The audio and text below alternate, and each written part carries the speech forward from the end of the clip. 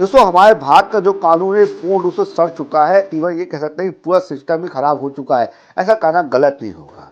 आपने कुछ समय पहले देखा था कि कुलदीप सिंह सेंगर जो कि भारतीय जनता पार्टी के विधायक हैं, इनको आजीवन सजा मिली थी, वो भी रेप केस में। और लेकिन दोस्तों ये 23 दिसंबर को हजारी कोर्ट से इनको जमानत मिल जाती है।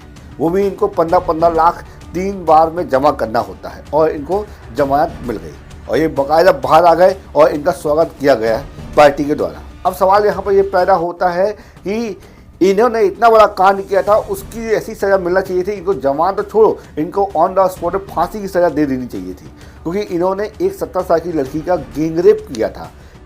आप सोच सकते हैं एक 16 साल की बच्ची जिसके साथ एक बाहुबली एमएलए ने रेप किया, बलात्कार किया, और ना कि खुद बलात्कार किया बल्कि गैंग रेप करवाया अपने कुछ साथियों से। और हम कौन सी दुनिया में, हमें लगता है कि ये हो गया। नहीं, आगे सुनिए। उसकी जब पिता ने रिपोर्ट कराने की कोशिश की, पुलिस कस्टडी में बहुत बुरी तरह से टॉर्चर करते हुए, जो आप फिल्मों में देखते हैं उतने ही से ज्यादा टॉर्चर करते हुए उसके पिता की पुलिस कस्टडी में हत्या कर दी गई। यहीं खत्म नहीं होता।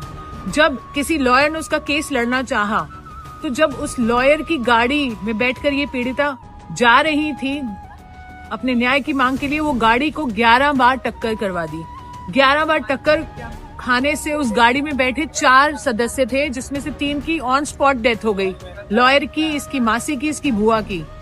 और ये बच्ची बच गई। आपकी रूह कांप उठेगी। और ये बच्ची कैसे बची है, मैंने इसको अस्पताल में तब देखा है जब ये क्रिटिकल केयर में थी 7 साल पहले, और उठ नहीं पा रही थी, वेंटिलेटर पर थी। 6 महीने जब वो उस वेंटिलेटर आईसीयू में रही, उसके बाद उसने अपनी हिम्मत जुटाई और अपना केस लड़ना चाहा। उस मुजरिम को उम्र कैद की सजा हुई। इतना कुछ खोया इस बच्ची ने। अपनी लाइफ को नॉर्मल करने लगी थी, अभी शादी की और कोशिश कर रही थी नॉर्मल होने की। हम उसके साथ थे इतने साल से। और अब क्या हुआ, आप सुन के हैरान हो जाएंगे।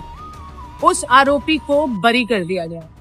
आप सुन पा रहे हैं, उसे बरी कर दिया गया। और एक्सक्यूज, ये नहीं कि बलात्कार प्रूव नहीं हुआ, बलात्कार प्रूव हुआ है, पर क्योंकि कोई कानूनी दावपेच थे जो उसे बचा सकते थे, फालतू के, हाईकोर्ट ने ऐसी ऐसी दलीलें दी हैं कि आप सुन के हैरान हो जाएंगे कि वो एक पब्लिक सर्वेंट नहीं है, या फिर ये बच्ची माइनर नहीं थी और कोर्ट के पास टाइम नहीं है। इतनी फालतू चीजें बोलकर उसे बरी कर दिया गया। आप सोच सकते हैं, आपको गुस्सा आ रहा है? अगर नहीं आ रहा तो आना चाहिए, क्योंकि बेटियां हमारे सबके घर में है और ये हिंदुस्तान की बेटियों की बात कर रहे हैं हम। मैं तो आक्रोशित हूँ और तब से इस बेटी के साथ हूँ, जब से उसने कोर्ट में मुझे बताया कि दीदी मेरे साथ ऐसा हुआ, और मैं तभी से उसके साथ हूँ। क्या देश उसके साथ है? अगर नहीं है तो आप मर चुके हैं। अगर है तो आप सपोर्ट कीजिए, क्योंकि मुझे मालूम है ठंड का समय है, लोग नहीं आ सकते प्रोटेस्ट के लिए। अगर आप नहीं आना चाहते तो नहीं आइए, कोई बात नहीं। कम से कम वीडियो शेयर कीजिए, लोगों को जगाइए और बताइए कि ऐसी दरिंदगी हमारे देश में हो रही है और अपने बेटियों के साथ भी हो सकती है। अब उसके बाद ये होता है कि जब लड़की के पिता और लड़की जब जाते हैं थाने और इनकी रिपोर्ट लिखाई जाती है, तो वहाँ पर पुलिस इनके पिता के ऊपर इतना टॉर्चर करते हैं और अनाप शनाप केस में फंसा देते हैं। और केस में फंसाने के बाद इतना टॉर्चर करते हैं जो उसके पिता की जान चली जाती है। किसी तरह लड़की बच के बाहर निकल आती है और वो बाकायदा अपनी मौसी और चाची के साथ रहना शुरू कर देती है। वकील के माध्यम से यहाँ पर केस लगाया जाता है। एक दिन वो रायबरेली जा रहे होते हैं, चाची, मासी और बच्ची और वकील। तो क्या होता है कि फिर ये कुलदीप सिंह सेंगर को ये बात मालूम पड़ती है और फिर इनकी गाड़ी में हमला करवा दिया जाता है। हमला करने के दौरान वकील, चाची, मासी की मौत हो जाती है, लेकिन वो लड़की बच जाती है। किसी तरह उसका हॉस्पिटल में इलाज होता है। इलाज होने के बाद वो जब ठीक हो जाती है तो ये पहुंच जाती है सीएम हाउस और वहाँ पर आत्मदाह करने की कोशिश करती है। लेकिन वहाँ पर सिक्योरिटी गार्ड और पुलिस जन सभी लोग आ जाते हैं और फिर ये मामला सीबीआई में चला जाता है। जब सीबीआई में जाता है तो इसकी यहाँ जांच होती है। जांच होने के बाद इनका जुर्म, जो कुलदीप सिंह सेंगर है, इनका जुर्म साबित हो जाता है और साबित होने के बाद इनको आजीवन कारावास की सजा मिल जाती है। लेकिन फिर 23 दिसंबर 2025 को ऐसा चमत्कार होता है, वकीलों के द्वारा ऐसा चमत्कार किया जाता है। इवन ये कह सकते हैं कि वकीलों ने अपना ईमान बेच दिया और इस अपराधी को बचा लिया। और बचाया ऐसा कि सब कुछ पता है कि इस व्यक्ति ने क्राइम किया है, इस व्यक्ति ने रेप किया है, इस व्यक्ति ने जुर्म किया, लेकिन फिर भी सिर्फ पैसे का गेम है यहाँ पर। और फिर इस व्यक्ति को जमानत मिल जाती है कोर्ट के द्वारा। अब कितनी सोचने वाली बात है कि एक रेप पीड़िता जिनके साथ गैंग रेप हुआ और जिसके साथ कितनी गंदी गंदी अश्लील चीज़ें हुई, लेकिन उसके बावजूद भी, जो कि 17 साल की उम्र की है, और उसके बाद भी इस आदमी को जमानत दे दी गई कोर्ट के माध्यम से।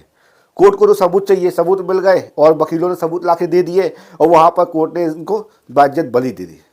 लेकिन सवाल यहाँ पर ये पैदा होता है कि क्या हमारे भारत देश में लड़कियाँ सुरक्षित हैं? अगर ऐसे ही होता रहा तो जितने पैसे वाले हैं, जितने धनवान लोग हैं, वो तो क्राइम करेंगे और क्राइम करने के बाद वकील को पैसे देंगे, वकील को कायदा सारे पॉइंट ऑफ व्यू इकट्ठा करेगा और इकट्ठा करने के बाद क्या करेगा, सीधे जज के सामने पेश करेगा, जज उसके आधार पर अपना फैसला सुना देगा और ये बाकायदा जो क्राइम कर रहा है वो तो बाकायदा आराम से घूमता फिरता रहेगा, उसको कोई चिंता नहीं होगी। लेकिन यहाँ पर जिसके साथ क्राइम हो गया वो क्या करेगा? उसके लिए क्या है फिर? क्या उसके लिए कोई ऐसी कोर्ट नहीं बनी है, कोई ऐसी जगह नहीं बनी जहाँ पर उसको इंसाफ मिल सके?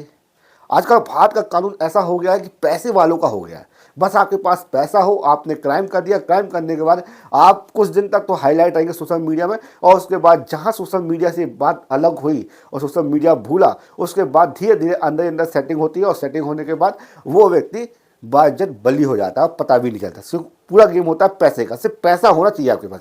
अगर पैसा नहीं है तो आप इवन आप अगर आप निष्पाक भी हैं और आपने कोई क्राइम भी नहीं किया तब भी आपके ऊपर क्राइम चढ़ आएगा। सिर्फ पैसा अगर नहीं है तब, जब पैसा है तो आप क्राइम करके भी बैठे रहो, कुछ नहीं होने वाला। बिल्कुल ऐसा ही कानून हो गया हमारे भारत देश का।